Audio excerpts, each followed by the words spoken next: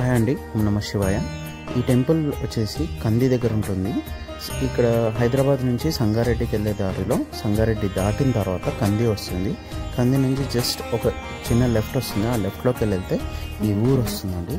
ఈ ఊర్లో లాస్ట్లో వెళ్తే లాస్ట్ డెడ్ ఎండ్కి వెళ్ళిపోతే అక్కడ ఒక శివాలయం ఉంటుంది. పాత గుడి. దీని ఇప్పుడు దాకా ఒక్కరు కూడా మరమ్మతులు చేయలేదు. మరమ్మతులు చేసిన వాళ్ళకి 3 నెలల జైలు శిక్షను కూడా పెట్టుకున్నారు. ఎందుకంటే దీన్ని ఒకవేళ ఏదన్నా పెయింటింగ్ కానీ ఏదన్నా చిన్న చిన్న వర్క్స్ కానీ చేస్తే ప్రాబ్లమ్స్ వస్తాయని చెప్పారు. ఇక్కడ ఈ కదండి దాంట్లో మొత్తం చెక్కున్నారు ఏమేమి ఉన్నాయి ఏంటి అని. అది వేరే భాషలో ఉంది, అది మనకు అర్థం కాదు. సో ఇలా టెంపుల్ లోపలికి వెళ్తే ఇలా శివలింగం ఉంటుందండి. సో ఈ టెంపుల్ మొత్తంగా చూసుకుంటే చాలా అంటే చాలా పీస్ఫుల్గా ఉంటుంది. సాయంత్రం 6 o'clock ఆ టైంకి వచ్చాము. అసలు 6-7 కల్లా బంద్ అయిపోతుంది.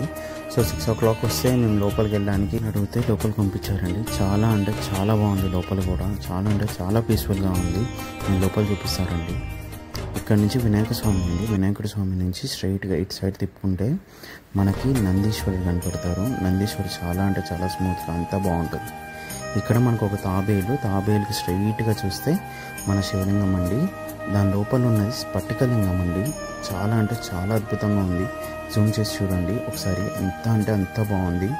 ఇక్కడ చిన్న చిన్న రాతి శిల్పం రాజుల వాళ్ళు కట్టించారండి. చూడండి ఆ స్తంభాలని చూస్తేనే మీకే అర్థమవుతుంది. ఇలాంటివి ఓన్లీ కాకతీయ రాజులు మాత్రమే కట్టించారండి. ఒకసారి డీటెయిలింగ్ చూడండి ఎంత అంటే ఎంత బాగుందో.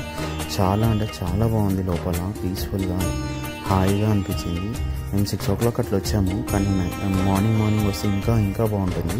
యాక్చువల్లీ దీని లోపల మార్నింగ్ సన్లైట్ పడుతుంది. సన్లైట్ పడినప్పుడు రేస్ వచ్చి శివలింగం మీద పడుతుందండి. ఆ స్వామి వారి మీద పడుతుందంట. కానీ ఇది ఓన్లీ మే అండ్ ఏప్రిల్లో వస్తుందంట. అయితే దీనికి చాలా చరిత్ర ఉందండి. వారు వచ్చి ప్రతిష్ఠించారని చెప్పి చాలామంది అంటారండి.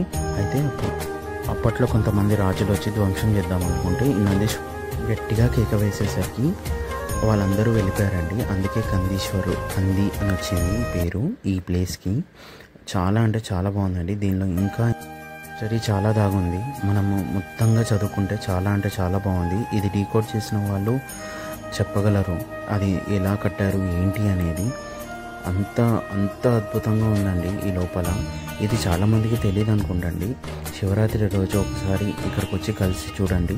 ఆ టైంకి ఇలా చందమామ నెలవంక వచ్చిందండి. రంజాన్ టైం కదా, ఇంకా దగ్గర పడుతుంది. దగ్గరలో ఉన్నాడు 40 kilometers అంటే చిన్నది.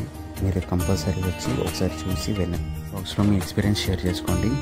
ఫస్ట్ వరకు చూసినందుకు thanks. Please subscribe and share. నమః శివాయ.